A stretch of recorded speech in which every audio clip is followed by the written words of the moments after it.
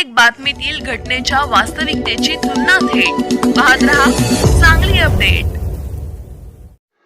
मिरज तालुक्यातील बोलवाड येथे राष्ट्रवादी शरदचंद्र पवार पक्षाचे नेते, माजी जलसंपदा मंत्री तथा सांगली जिल्ह्याचे माजी पालकमंत्री व विद्यमान आमदार जयंत पाटील यांच्या हस्ते तब्बल 65 लाख रुपयांच्या विविध विकास कामांचा भव्य उद्घाटन सोहळा संपन्न झाला।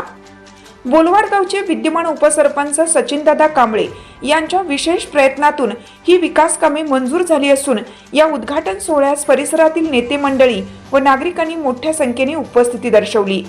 या कार्यक्रमात बोलताना जयंत पाटील यांनी काही महत्त्वाचे राजकीय संकेत दिले। बोलवाड व म्हैसाळ गटातील नागरिकांनी सचिन कांबळे यांना ताकद द्यावी, आपण सर्वांनी त्यांना आशीर्वाद दिल्यास त्यांना पुढे काम करण्याची संधी देऊ, असं आश्वासन त्यांनी यावेळी दिलं। सचिन कांबळे यांनी राष्ट्रवादी शरदचंद्र पवार गटातून म्हैसाळ जिल्हा परिषद गटातून आपल्या पत्नीकरिता उमेदवारीची मागणी केली असून त्यास जयंत पाटील यांनी आपल्या भाषणातून सकारात्मक प्रतिसाद दिल्याचे दिसून आले। आगामी काळात म्हैसाळ जिल्हा परिषद गटात राष्ट्रवादीचा झेंडा फडकवण्याचा निर्धारही या निमित्ताने व्यक्त झाला।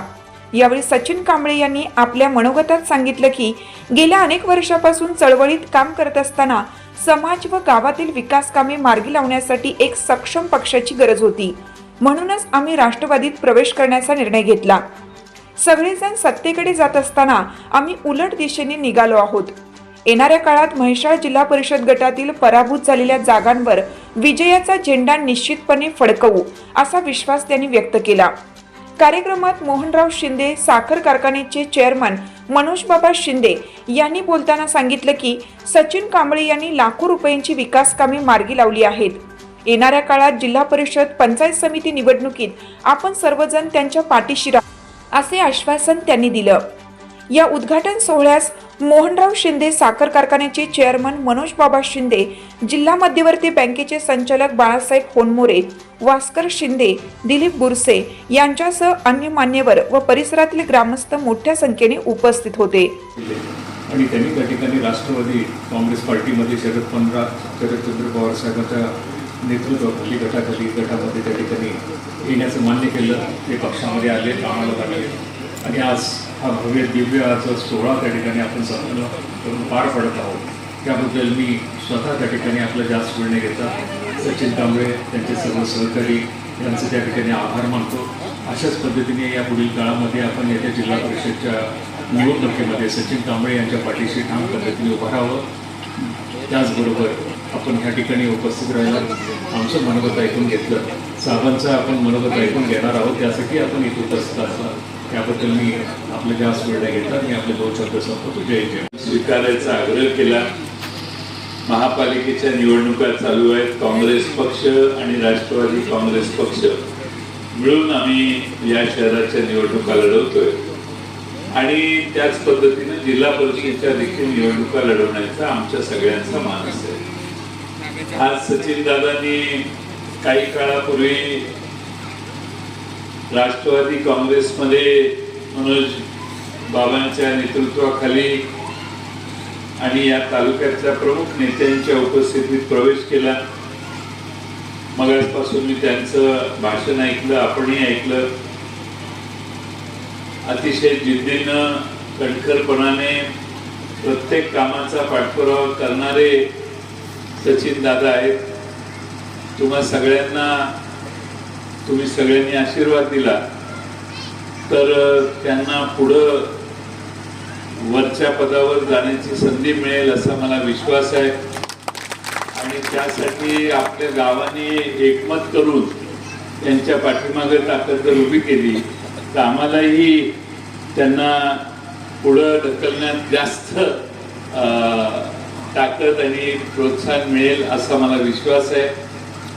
ही लढाई अलीकडच्या काळात फार वेगळी आणि अतिशय वेगळी झालेली आहे।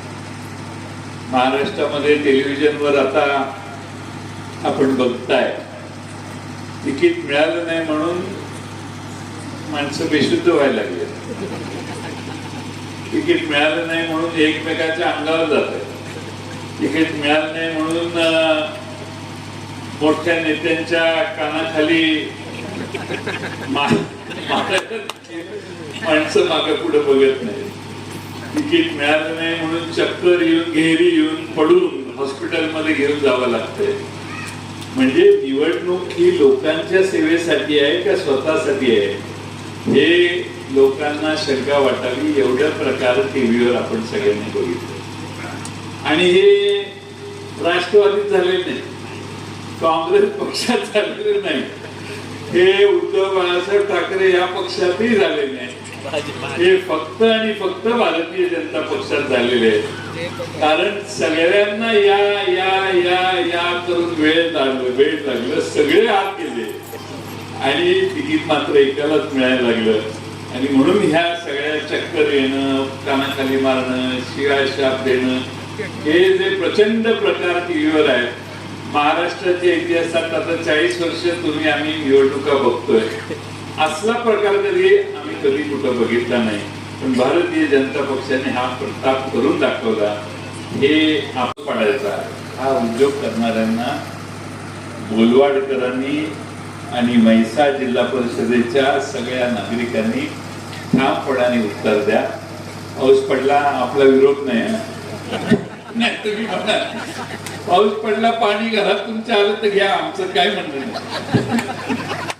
घर तुमचं ओलं झालं आम्हालाही आनंद आहे, काय राहणार पाऊस गेला तरी आम्हाला आनंद आहे. पण तरीही ह्या पाऊस ढगात येणार आहे. ढगाचं पाणी येतं परत वर जातं परत खाली येतं, विसरू नका.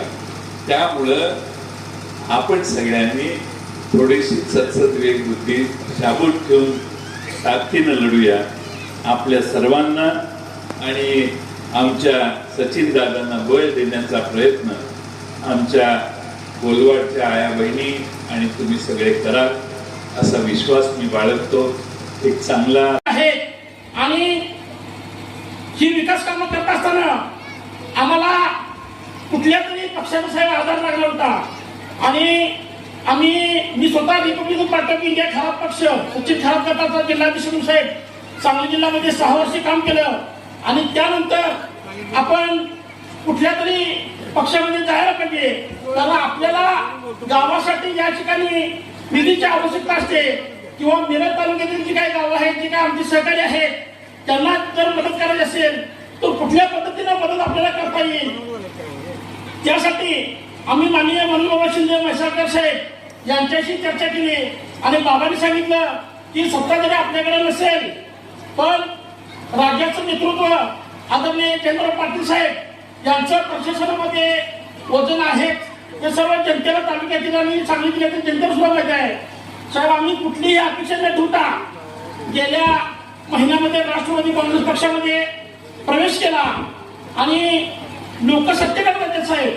पण आम्ही म्हणून वरती विश्वास ठेवून आपल्या नेतृत्वावरती विश्वास ठेवून सगळ्या ठिकाणी राष्ट्रवादी काँग्रेस पक्षामध्ये प्रवेश केला. आंबेडकरी चळवळीमध्ये काम करत असताना सर्वसामान्य बहुजन समाजातील लोकांना या ठिकाणी न्याय मिळावा, त्यांच्या विविध प्रश्नावरती त्यांना न्याय मिळावा याकरिता साहेब आम्ही अनेक आंदोलने केलेली आहेत आणि त्या आंदोलनं यशस्वी सुद्धा या ठिकाणी आम्ही केलेले आहेत. बेडक सारखा साहेब विषय पूर्ण राज्यामध्ये आणि देशामध्ये घालवा. बेडक गावामध्ये डॉक्टर बाबासाहेब आंबेडकरांची स्वागत कमान त्या ठिकाणी मी उभी राहणार होती.